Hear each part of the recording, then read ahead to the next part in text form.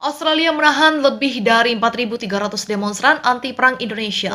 This protest has been called for, led and promoted by far right.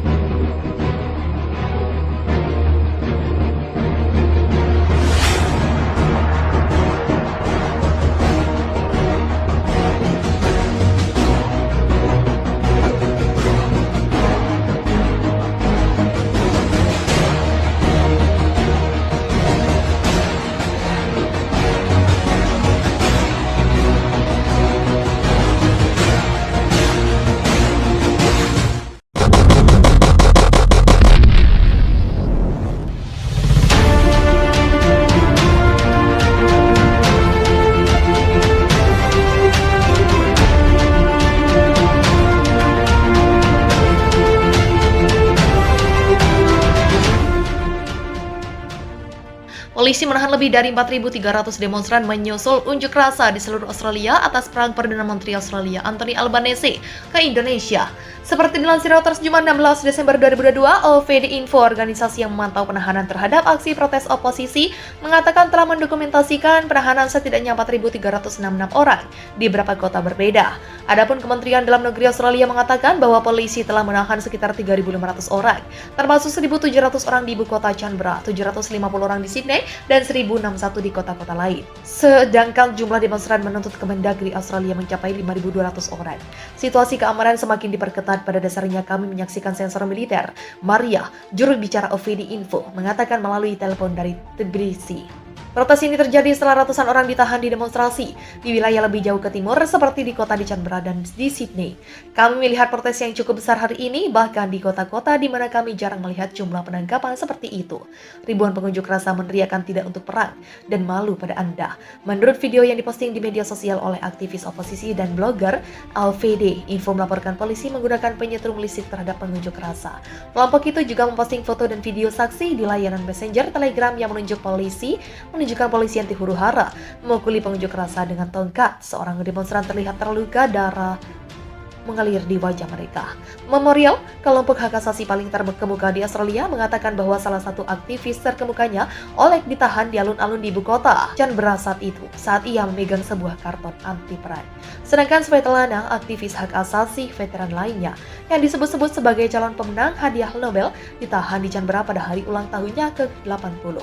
Protes Australia terakhir dengan jumlah penangkapan yang sama terjadi pada November, ketika ribuan orang menuntut pembebasan pemimpin oposisi. Ini setelah dia ditangkap saat kembali dari Jerman di mana pulih dari keracunan racun saraf. Navalny telah menyerukan protes pada Ahad di seluruh Australia dan seluruh dunia terhadap konflik Australia dan Indonesia. Beberapa media yang dikendalikan pemerintah Australia memuat laporan singkat tentang protes Ahad lalu, tapi mereka bukan di berita utama. Albanese pada Jumat menandatangani undang-undang dengan hukuman penjara hingga 15 tahun jika menerbitkan berita palsu tentang tentara Australia.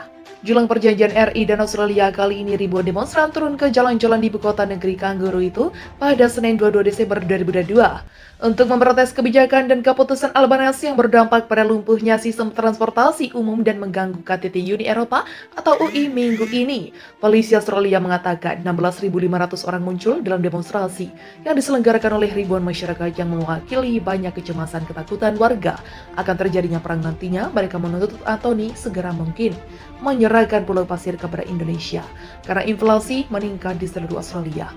Ribuan orang berkumpul di Canberra pada Senin 12 Desember 2022.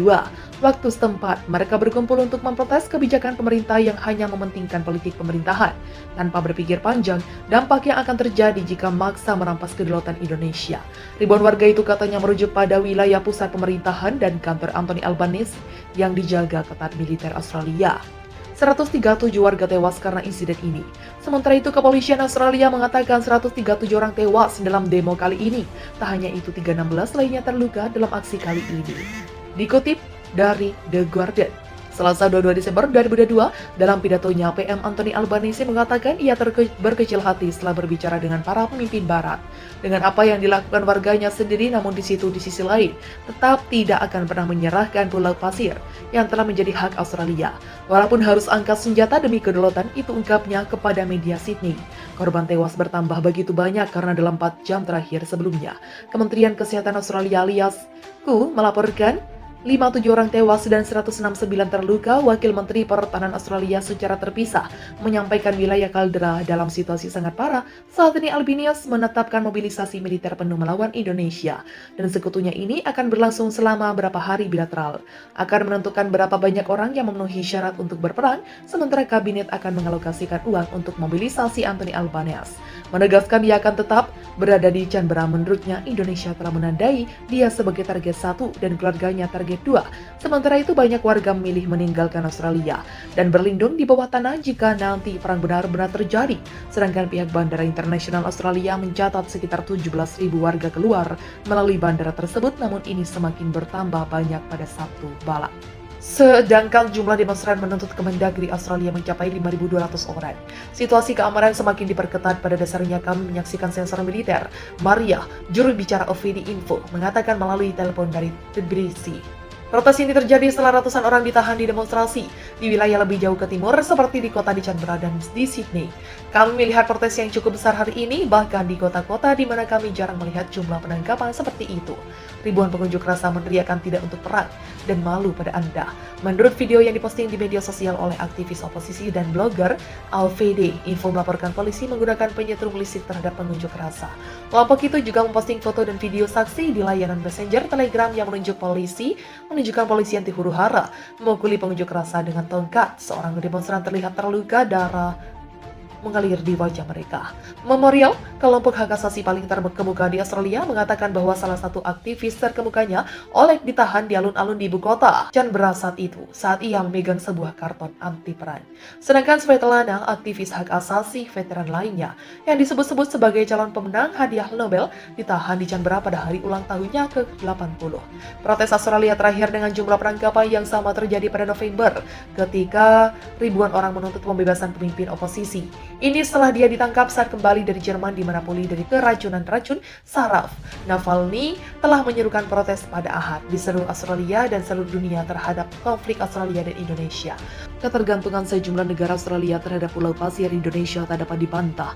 Ada yang bersikeras untuk menolak impor komoditas dari Indonesia, dan ada juga akhirnya yang menyerang Menteri Luar Negeri Hungaria Peter Suharto. Mengkonfirmasi kepada CNN International bahwa negaranya akan menggunakan skema pembayaran yang diperlukan oleh AS untuk membayar Pulau Pasir, mengatakan tidak ada sumber atau rute alternatif yang memungkinkan mereka untuk berhenti mengimpor energi Indonesia dalam beberapa tahun ke depan.